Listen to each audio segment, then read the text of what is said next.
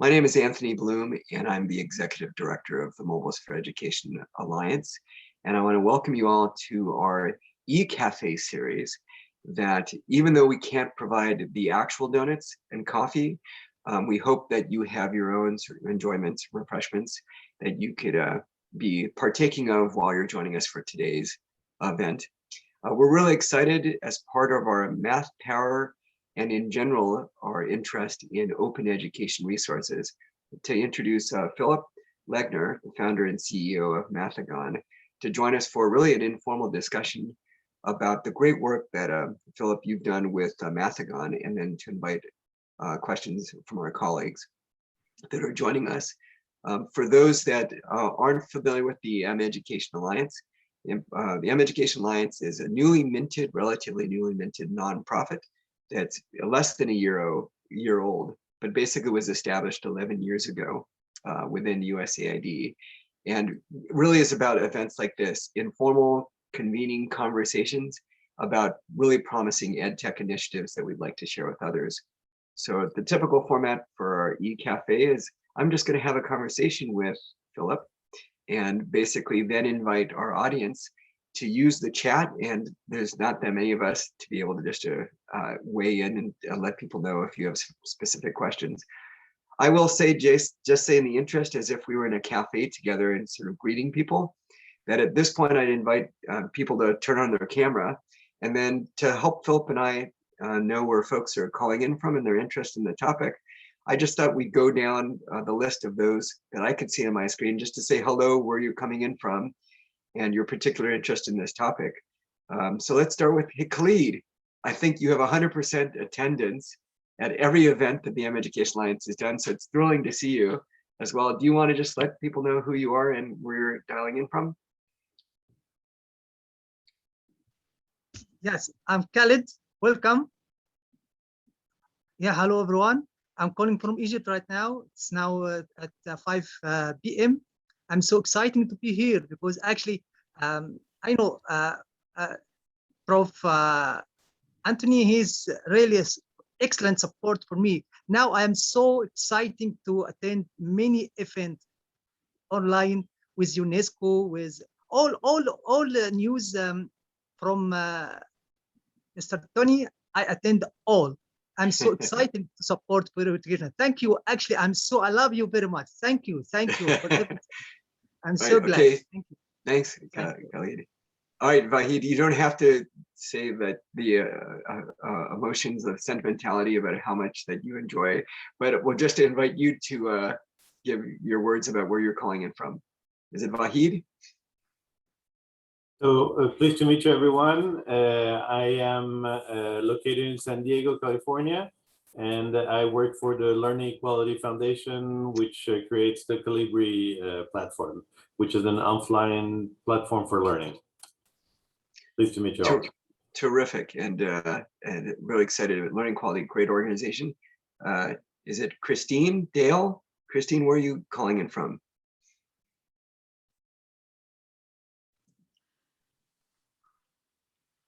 Hi, everyone.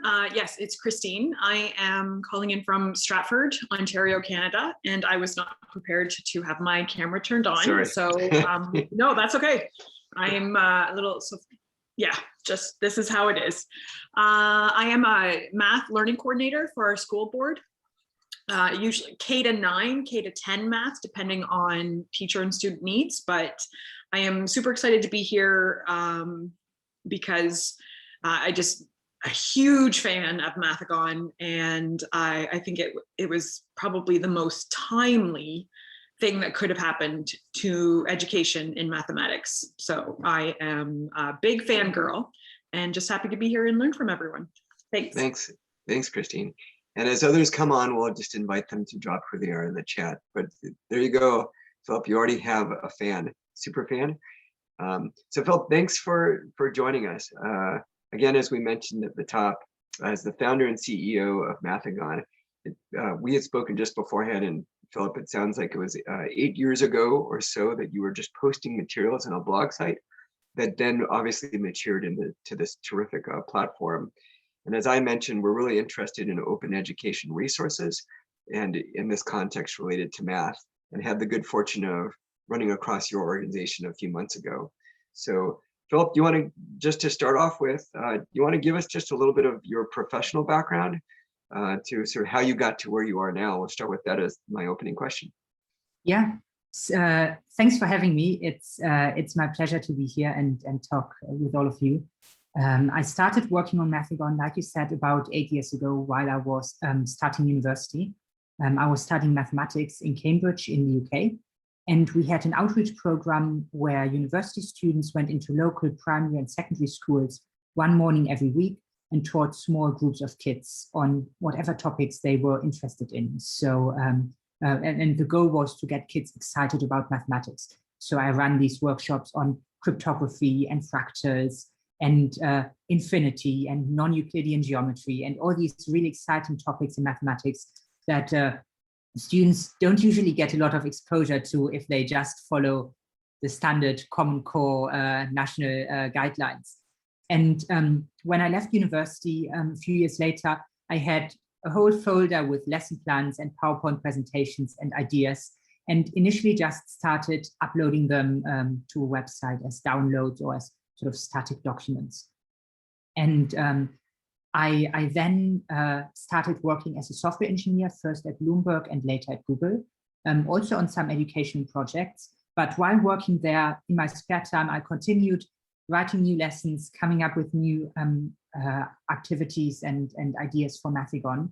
And sort of my idea was that I wanted to try to make online learning much more interactive than it was before. So if you look at many, even right now, online learning platforms for mathematics, there are videos you can watch, there are multiple choice questions you can answer, they are static text or PDFs you can read. So they are basically just a worse version of face-to-face lessons or printed textbooks we already had before. So what I started or wanted to start doing with Mathigon is try to come up with new, more interactive ways to learn online. So that students can be creative, that students can learn problem solving, critical thinking, logical reasoning, and all these skills, which I think are much more important than just memorizing a quadratic formula or something like that, which you can just look up or probably won't even need in your everyday life after leaving school. So yeah, I worked for 4 or 5 years on Mathigon just as a spare time project on weekends or evenings. And then as the number of users grew, at some point I realized I should really commit to this full time. And 1.5 years ago, just before the beginning of the pandemic, actually, I managed to raise some seed funding and then hire a small team of other writers and developers to help me grow the platform. And yeah, that's what we've been doing since then. Yeah. Well, so that's really impressive, Philip, and I had not realized it was only 1.5 years ago. And of course, a good portion of that year with Christine having talked about how valuable the material has been, notwithstanding or in light of COVID, among other resources. Philip, in a moment, would invite you to basically just walk around the site with us. But I'm curious, your user base, typically, and how do you sort of track visitors to your site? Just give us a sense of your audience. Yeah. So the content, I write the content in English, although I'm originally from Germany, which maybe you can hear from my accent.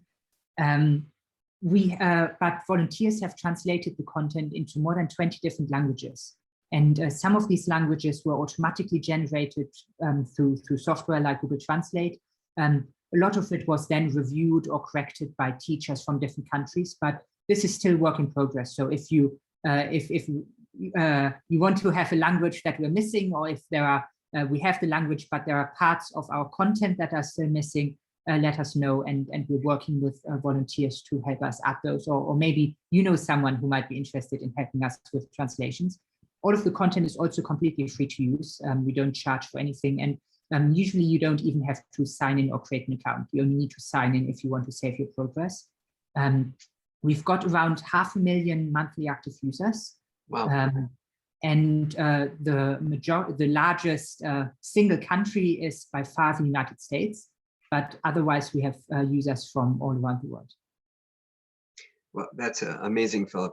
So again, as a teaser before sort of walking through the site with us, what about much of the mEducation Alliance work is supporting learners in developing country context. So I'm just curious about what portions of your material and how it might be accessible by learners that are in lower resource settings. Yeah, so like I said, it's free to use if funding is sort of the bottleneck. We've also created mobile apps for iOS and Android that work offline. So if you live in rural areas and don't have an internet connection, you need Wi-Fi or something to download the app initially, but then it should work offline. And if you are signed in, whenever you do get an internet connection, we sort of try to sync your progress with our server. We try to make the website as accessible as possible from a sort of technological perspective so that you can use screen readers. We've got a built-in narration tool as well, which works with equations and all of the interactive components as well. Yeah. Anything else you wanted to ask about that? Just let me know. Yeah, that's great. Well, I know even with our colleagues from Learning Equality, Vahid, who's there as well, if there's a will, there's a way. If it's quality content, then I've always premised it that technology should not be the barrier. That's like the tail end. Do you have quality content? Do you know the users you're trying to reach? And then how do you measure progress? I see Vahid nodding his head as well. Then it's really then a question of how do you sort of figure out the appropriate technology? Let me just ask one more question, theoretical sort of question before we go to the site, but how do you sort of track progress? And you had this collection of materials that was based on your own sort of personal experience in the classroom of what students were probably interested in as well. How do you sort of measure the impact of your content on learning outcomes, albeit it's supplemental? I'm just curious if there's any metrics that you use. Good question. So until recently, I've been working on Mathigon by myself, and even now we are a very small team. So we've not quite had the resources yet to conduct formal research studies with sort of quantitative results. This is on our roadmap and definitely something we want to do this year, especially now that we can go back into classrooms and conduct studies, interview students, and so on. So a lot of the data we have right now is just surveys we sent out, general feedback we've gotten from users through our contact form or Twitter, and we get dozens of messages every week from people with feedback, requesting new features, asking questions, and so on. Perfect. We internally, the metric we are most interested in is the number of learning hours we deliver. So we want to get more users, but we also want to get the users we have to spend more time on Mathigon or visit more regularly and sort of do a little bit of work every day or every week. And we try to do that by making the content as engaging as possible, making it really easy to continue where you left off if you sort of have time pass between your sessions and so on. Yeah.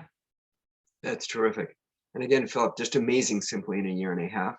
And these questions about learning metrics challenge even the largest program that's been around for decades as well. So great credit to how much that you've done with your small team.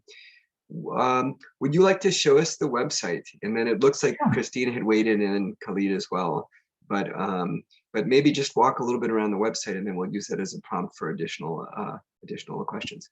Yeah, this is the Mathigon website. It should work on all browsers and devices, including smartphones, touchscreens, and so on. But like I said, we also have native mobile apps. There are 3 different areas of content that I wanted to talk about, which you can see in the menu bar here. We've got interactive courses, we have Polypad, and we have other activities. And I'll actually start with Polypad. So this is a canvas for exploration, and we want this to be the ultimate mathematical playground where you can do anything you want to explore and discover and be creative in mathematics. And here in the sidebar, you can see we have dozens of different tools that you can interact with.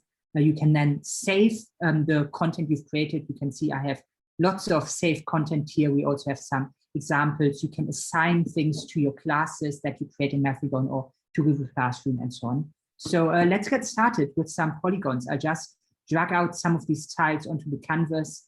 You can see they snap together really nicely so that you can make tessellations. You can hold down the shift key to select multiple tiles at once. So if I want to select all of these, for example, and rotate them over like this. And what do we need? We still need these down here. And now really quickly, I can, where does this fit?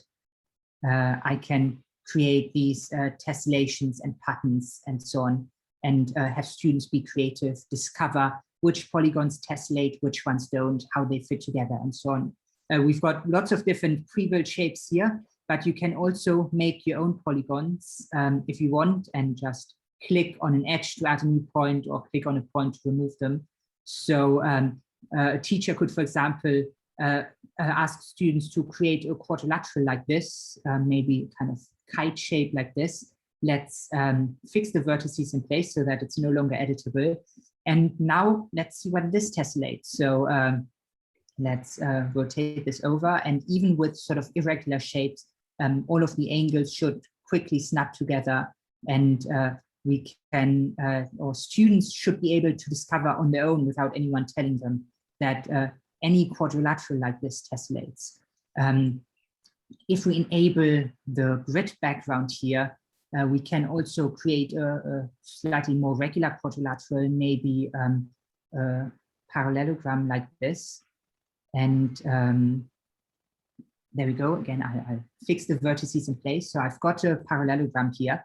Now I can use the cut tool to cut off one of these triangles on the side, move it over to the other side to turn it into a rectangle, and then work out the area. And just scroll down here to our tools and utensils. We have measuring tools, so students can then use the ruler to measure the width and height and calculate the area. You can also upload images if you want, and then use the ruler on top of the images to measure certain distances in a real world scenario and so on. So we have lots of different geometry tools, tangram, pentominoes, tetrominoes, Penrose tilings. We've got all tessellating pentagons, fractals, and a lot more. These are really popular, these number tiles. So you've probably seen similar ones before, but we try to add a sort of extra twist that I can drag out a bar of 10 tiles and another 10, and then let's create a couple of ones. You can see if I select the 10 bar, there's this handle at the end, and I can use that to change the width of this group of tiles, change the number of columns. I can also select all of these and then merge them together into one big block so that I can change the width together. And now you can use this to find all prime factorizations of 24, for example. We've got 2 times 12, you've got 3 times 8, 4 times 6, and so on. So students can play around with this. If we delete one of them and then try the whole thing again, you can see now we can't make it into a rectangle at all, because 23, of course, is a prime number. So lots of things, again, to play around and explore there. We've got these prime factor circles, which maybe you've seen from games like Prime Climb, for example. So what does this mean? 18 is 3 times 3 times 2, and 6 is 3 times 2. So the colors around the circumference show you the prime factorization of the number, and green is 3, yellow is 2, blue is 5, and so on. But what's really cool is I can drag them apart. So I can take just this 3 and drag it out of the 18 and make it a 3, and a 6 remains. Or I can drop all of these together and just multiply them and see what happens, or type in 2021 and sort of work out that this is 43 times 47. So again, lots of things to play around here and discover with students around lowest common multiples, up to much more advanced number theory. Let's just refresh the page and reload. Don't want to save changes to. And Philip, just to, well, I know there's other activities to show on the site, which would be exciting. You're quite adept at this. Are there lesson plans that accompany this also on the site? Yeah. Let's talk about that once it's loading. Zoom is slowing everything down a little bit, I feel. Here we go. So if you click on the library tab on the left, and then we've got activities and tutorials. I'm just going to open them in new tabs. And yeah, in the activity library, we have, I think, almost 100 now different lesson plans and activities for all age groups, just sort of showing what you can do with Polypads and some of the other tools we have on Mathigon, and you can filter by exactly what you want. So we have several different lesson plans, for example, on different topics, and yeah, puzzles, teaching ideas, and then it's over. Lots of different tutorials as well. So if you want to learn how to use the different number tools, go to the using Polypad numbers tutorial, and there are some video clips that you can watch with explanations. There are some embedded little Polypads that you can play around with, and yeah, lots of other things to help you get started. I don't want to spend too much more time on Polypad. It is by far the most popular part of our website, but just a couple of things to show you. We've got this really cool balance scale where you can sort of drag out different shapes. It works really well with some of the other tools. So we have 2 here equals 2 ones and so on. So you can use this with all of the other tools together. Even some of the probability tools. So we can put a few different dice on here, and then let's randomize these. And if you teach simple addition, ask students what number bar maybe they have to put on this side of the scale to match this up. And this is a 9, of course, so this should balance. And then we can roll the dice again and have a different problem like this. Some other probability tools, we've got different spinners. You can sort of customize the areas you want just with the custom polygons, or just use these uniform spinners and then select all of the tools and randomize all of them together. We've got playing cards, and you can switch between the suits and play around with them or flip them over. Dice, dominoes. I've already shown you some of these geometry measuring tools. So if you upload an image or construct a geometric diagram, you can measure angles or distances, number lines, tables. One thing we only added very recently is function plotting. So if I drag out this coordinate system component, again, as I select it, you can see there are some additional options here to change the X and Y axes. And then I go to the text box and equation and type, let's say, y equals x squared. Let's change the color of this to red, and then just drag this arrow from the equation to the coordinate system and plot the function. Or we can have a much more complicated function like x squared over 4 plus y squared over 9 equals 1. And this should be an ellipse like this. Can even do, or let's put both of them together. Let's have another equation here. R equals 4 sine 4 theta. Make this a different color, and then plot some polar functions as well. So there's even some built-in dynamic geometry, so you can construct triangles. These are sort of dynamic. You can select an edge and construct the perpendicular bisectors. And then with the circle tool, draw the circumcircle for this triangle. So all of these different tools from kindergarten to high school, or even undergraduate university level, all working together and allowing students to explore and teachers to really visualize these sometimes abstract areas of mathematics. And then, yeah, like I said, you can save the canvas to your library. You can assign it. To a class. You can see all of your students' copies and the work they've done. So yeah, lots of sharing features. Yeah. So go ahead. Phil, go ahead. Philip, I was going to say, love it for Polypad. Maybe at this point, just to see if any of our colleagues have specific questions about the app, and then Philip to talk about other parts of the site beyond just Polypad. But Vahid, I see you smiling and nodding your head. What's an aha that's come to your mind in looking at the material that Philip's presented so far? So this is really awesome to look at. Congratulations, Philip. This is beautiful.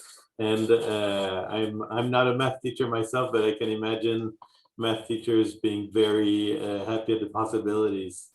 I'm just I haven't used it offline. I'm really curious to see how it behaves offline, which is the context learning equality works with the most. But congratulations, this is wonderful to look at. Now I'm really curious to see what if I can do everything you've just shown offline, or what is available offline. Because this freedom to explore and to test things out is really wonderful to look at. Polypad is in our mobile app, so you can install that and then use that offline. The app hasn't been updated in a couple of months because we've been working on other projects. So a few of the components we've recently added aren't quite available yet in the app. You also can't save your content in the app yet, unfortunately, but those are all things on our roadmap. The only other thing that might be of interest to some of you is you can, if I, I have saved this. If I click on share or embed, I can generate an embed code and I can customize which tools I want students to have access to in the sidebar at the bottom. And then it gives me an iframe, which I can embed on other websites like Google Sites or WordPress or something like that, if you want to create an activity and use that elsewhere. Okay, so my next question will be, is there a chance that I can put that on our engine, Colibri, and work with it? But it's not today's topic, but this is very impressive. So congratulations. Email us and we can look at that. Yeah, I guess I would need to know a little bit more about your platform, but sure. Let's have a look at some of the other activities. Maybe we've talked about Polypad. We've got lots of other games. So Fractals is again about it's a bit like Tetris, but teaching factorization. We've got lots of different puzzles for students to play around with. We always want to talk about the sort of mathematics in the real world. And one big part of that is the history of mathematics. So we've got a really big timeline of mathematics where you can explore different discoveries throughout history, going back to sort of the first mathematical tools from Central Africa, then Babylonian, Mesopotamian, Arabian mathematics, the ancient Greeks, Chinese and Arabic mathematics up to the modern time. And we focus a lot as well on diversity and trying to show people all genders from all around the world. And yeah, you can click on them, whereas Euler, for example, read a short biography, and then down here are some links to some of the other content we have in our interactive courses. So I mentioned that Mathigon started kind of as an outreach project. So we do have quite a few courses that you probably wouldn't find in a normal school curriculum. And one of them is about graph theory, which maybe you're familiar with, but this is what one of these interactive courses looks like, for example. Again, the links go both ways. So if you hover over the name of the mathematician, you sort of see the bio and can go back to the timeline. And this is about a problem called the Königsberg Bridges problem, where you have to draw a path. This is a map of a city called Königsberg, and you have to cross every bridge, but you're not allowed to cross any bridge more than once. So now I have a problem. I can't get to the last bridge without crossing one of the other bridges a second time. So, but there are a few different maps to play around with. And again, the way our courses are designed, that whenever possible, we want students to be able to explore interactive environments like these and discover results on their own rather than us telling them. And in the corner here, there's this virtual tutor who gives you hints and help if you're stuck, or you can even ask some questions. And yeah, step by step, students work through this content, and more text is revealed as you work through it. Again, about graph theory, you can see how many colors you need to color a map of all US states, or all countries in South America, and so on. And we are still working on some of the courses, so you can see that some of the chapters are currently grayed out and still under construction, but we also have many different other chapters available. I'm not sure, in chat, feel free to post any topics you might be particularly interested in. I love this one about spheres, cones, and cylinders. And in fact, I'm going to refresh. No, it's still loading. I'm going to reset my progress. So in the sidebar here, you could kind of see that it had these pie charts, and it had saved my progress from last time I was here. Now I've cleared all of that and started from scratch. And for all of these courses, when you visit for the first time, there's only very little content. You can see just a couple of paragraphs. And the idea is that in each of these little sections, there's something for students to do before the next part is revealed. So in this case, it's really simple. You just have to fill in a blank in the text. Circle, I think, is the answer. The tutor gives me a great work message, and then a little bit more content is revealed. All of the diagrams in Mathigon are interactive, so you can look at these shapes from all sides. And again, a little bit more text. Here's our audio narration feature. If you have students with reading problems, for example, and they don't want to read so much text. So how much natural gas can be stored? This is the volume of the cylinder. How much steel is needed? This is the surface area. And sort of step by step, students work through these courses, and it's personalized. So depending on how well you answer some of the questions, we might add more detail. We've got sort of variables embedded in the text that you can manipulate. Again, all of the diagrams are interactive. There's a built-in glossary, so if you hover over these yellow underlined words, you can get a definition of specific words you might have difficulties with. Or there's also this glossary here on the sidebar. If there's anything you want to look up, you can just search for that. And yeah, if you're a teacher, or if you just want to read the content without working through it step by step, you can scroll to the bottom and click reveal all steps, and this will there we go. This will then show all of the content that was previously hidden. So we designed it to really force students to interact at every step and learn in a very active way, rather than just passively clicking play on a video and consuming information.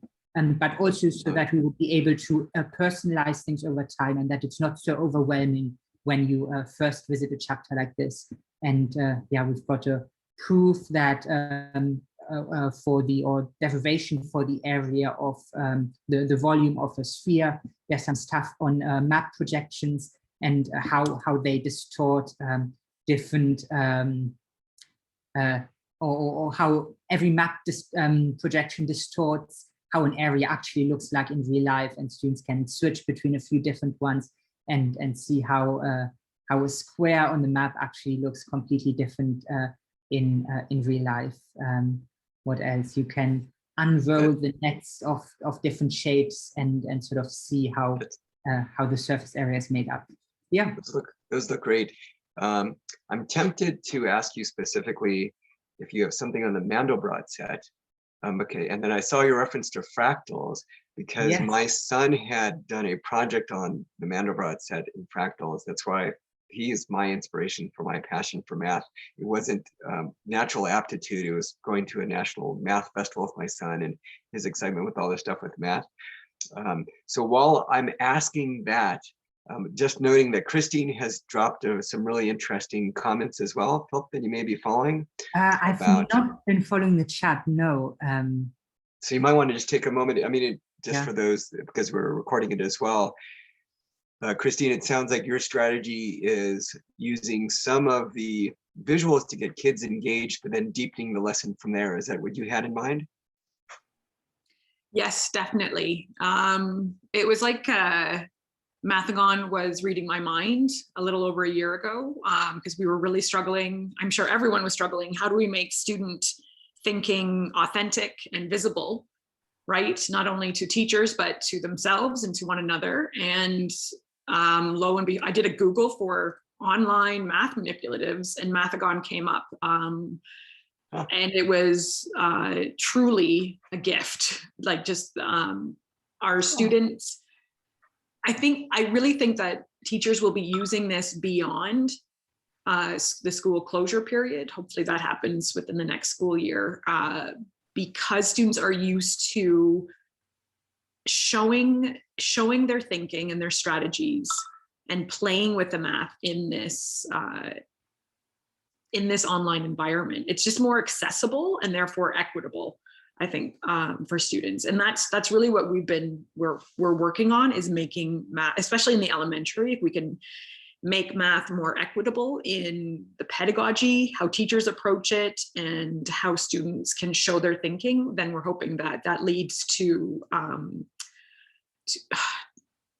students having more choices as they enter high school, essentially, right? So Mathigon has played a big role in that, not just because of the school closures, but I'm hoping to see more of that. And the course, I'm looking forward to these courses, because that will support not just students, but also teachers deepening their content knowledge about the math. And elementary, I guess in the States they call it middle school, but grades kindergarten to grade 8, there's various content knowledge needed, right? And doing math and knowing how to teach math are very different things. So we really are promoting deeper understanding of math with teachers so that they can make it more accessible to students. So the courses are something that I'm really looking forward to and helping teachers. Is that kind of the feedback you were looking for? Is that okay? Over to Philip. Just thanks, Christine. That's terrific. Oh, okay. Did you want to build upon anything that Christine had said? Well, first of all, I'm delighted to hear that Mathigon has been so helpful for you. And yeah, we absolutely hope that it's not just during remote learning, because there are so many things you can do on Polypad that are just not possible with physical manipulatives. But also one feedback we've had from many teachers is that it's a very safe environment to just experiment without sort of pressure or risk of failure and so on.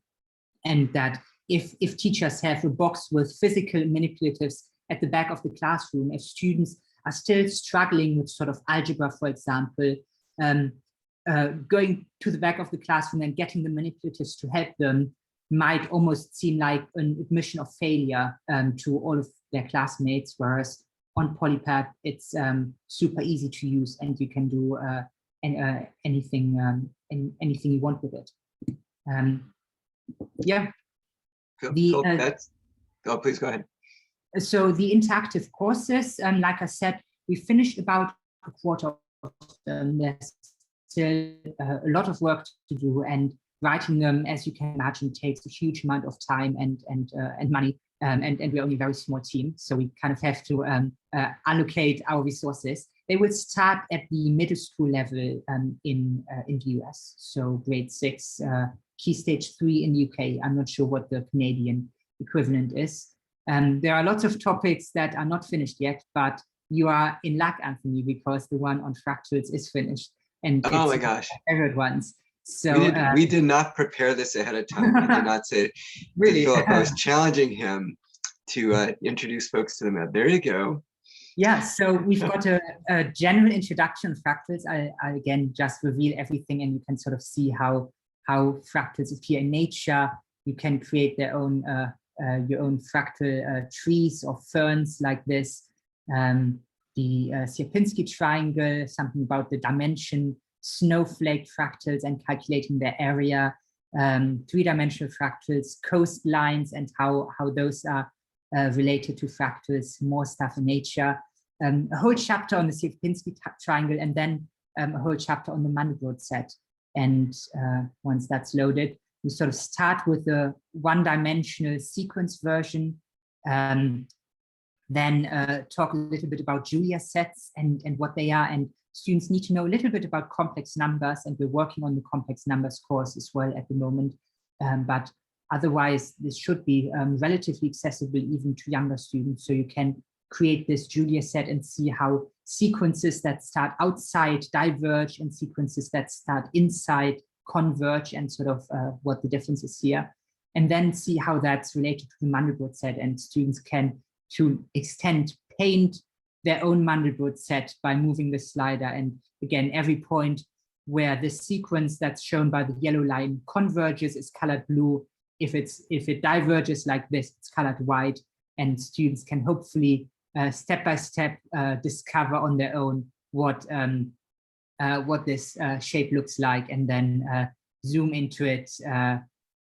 I don't know, 18 trillion times or something like that. And yeah, that looks, those absolutely look familiar from my son's presentation on the Mandelbrot set. And Philip, I'm glad how diplomatic you were by saying the younger students could access it, because there are older students that this would also be extremely valuable for, yeah. that maybe weren't introduced to the subject or just having this visual. Philip, Yeah. you mentioned in regards to the time, well, I'll ask my question, then feel free to follow up on that, is how long does it typically take? This looks like a huge accumulation of content, extremely valuable. Do you have some sense of, oh, I have a new activity I want to put together. How long does that take? Is it a month or otherwise? Maybe just explain a little bit of the production process. So it's very hard to say this Fractals course took this long to build, because we're not just writing the content, we are building the underlying platform and publishing pipeline and technical infrastructure at the same time. And when we started writing this Fractals course, for example, we didn't necessarily have these complex coordinate plane components, which we've used in a couple of different places. But now this is a generic reusable component, which we can quickly reuse in the complex numbers course. So hopefully the complex numbers course would take comparatively less time, because there's a lot of stuff we can already build on. So the process is definitely speeding up as we have more and more reusable components and interactive elements. It's also never really finished. So this is, I think, the third or fourth version of our Fractals course, which has gone through several iterations and always sort of trying to improve it, make it more interactive, add more illustrations and images. We always want to make things as visual as possible.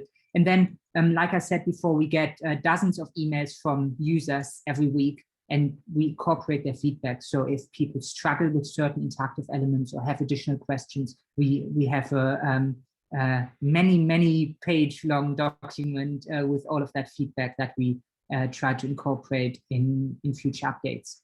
In general, I would say, so this Fractals course, which is 3 chapters, probably took 1 to 2 months for me to write, as a sort of rough estimate, I guess. And Philip, so terrific. You had described yourself as obviously the founder, taking the material from your the lectures that you had given as well. Are you the principal author? I mean, obviously you have a team that's working on the technology, or do you take, do you conceive of a point in the future that you'll have other content contributors that'll help you sort of maximize your course offerings or content offerings? So I've, like I said, I've started hiring a small team of writers and software engineers. Right now, a lot of the content you can see currently on the website, I wrote myself.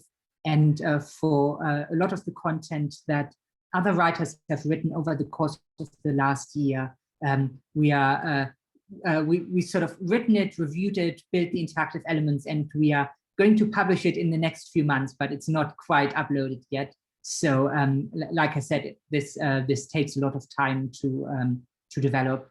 But yeah, I think in the future I will spend less and less of my time personally writing content, and more time just sort of developing the underlying infrastructure and platform.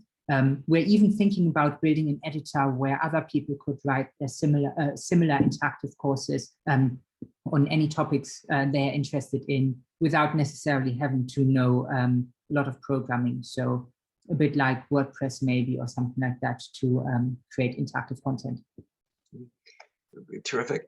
Philip, this makes me think of the Department of Ed annually for the last 10 years or so, has organized an Ed Games Expo that features Ed game developers that the USG, some part of the USG government has supported.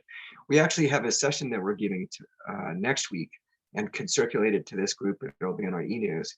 That's with the Department of Commerce, basically talking about some of their support to help internationalize US products, but in general, just one of the vehicles that could be used by the US government. And we'll be talking about sort of issues about how do you take that content and make it available sort of offline for a developing country context. So one thing is just to put a plug in, that Department of Education event is all virtual this year and might be of interest to those that are, thank you, Nicole, for dropping the chat, that those are just joining us today. And there's all these developers from around the world. But Phil, my question in regards to that is, you said you got some seed funding to be able to produce sort of amazing. What is your sort of growth strategy in terms of, it's all sort of public sort of use right now, which is great. Vahid, I know, is writing all these notes about like sort of potential opportunities to introduce it to his audience. But what has been your thoughts in regards to sustainability and growth for Mathigon in general, just in terms of being able to bring in financial resources?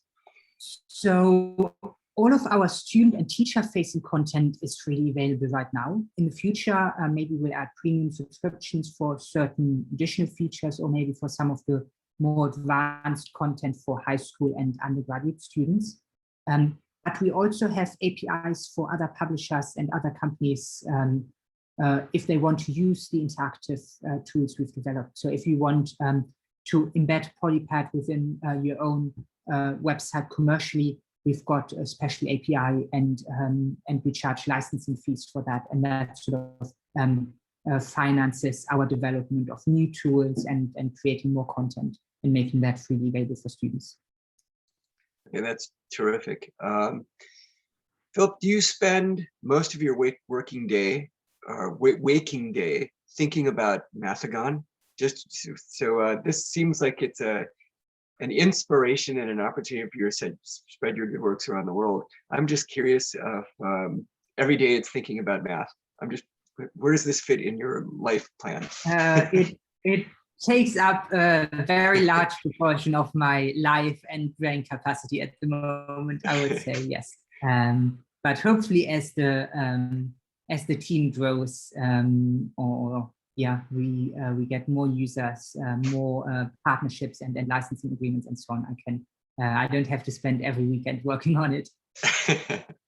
Well, this looks great. And again, I had mentioned that Philip, you approached us, I think, through our call for the virtual math festival, and that we'll be featuring Mathigon along with others as part of our virtual event, large virtual event that we'll be having at the end of September, that we'll be putting out the call for presentation proposals in the next 2 weeks. Philip, in terms of the mEducation Alliance Symposium, by and large, as I mentioned, it's developing country audiences, practitioners, researchers, implementing partners.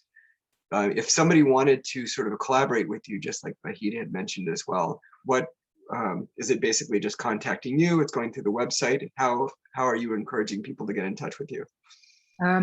Email the support@mathigon.org, and then the right person will look at it. But we are always very open about partnering with other organizations. And if you go to our FAQ page, there should be contact info as well. Okay. Maybe just to open up it again, Khalid, Vahid, Christine, any sort of general sort of ahas or parting comments that we can invite Philip to answer?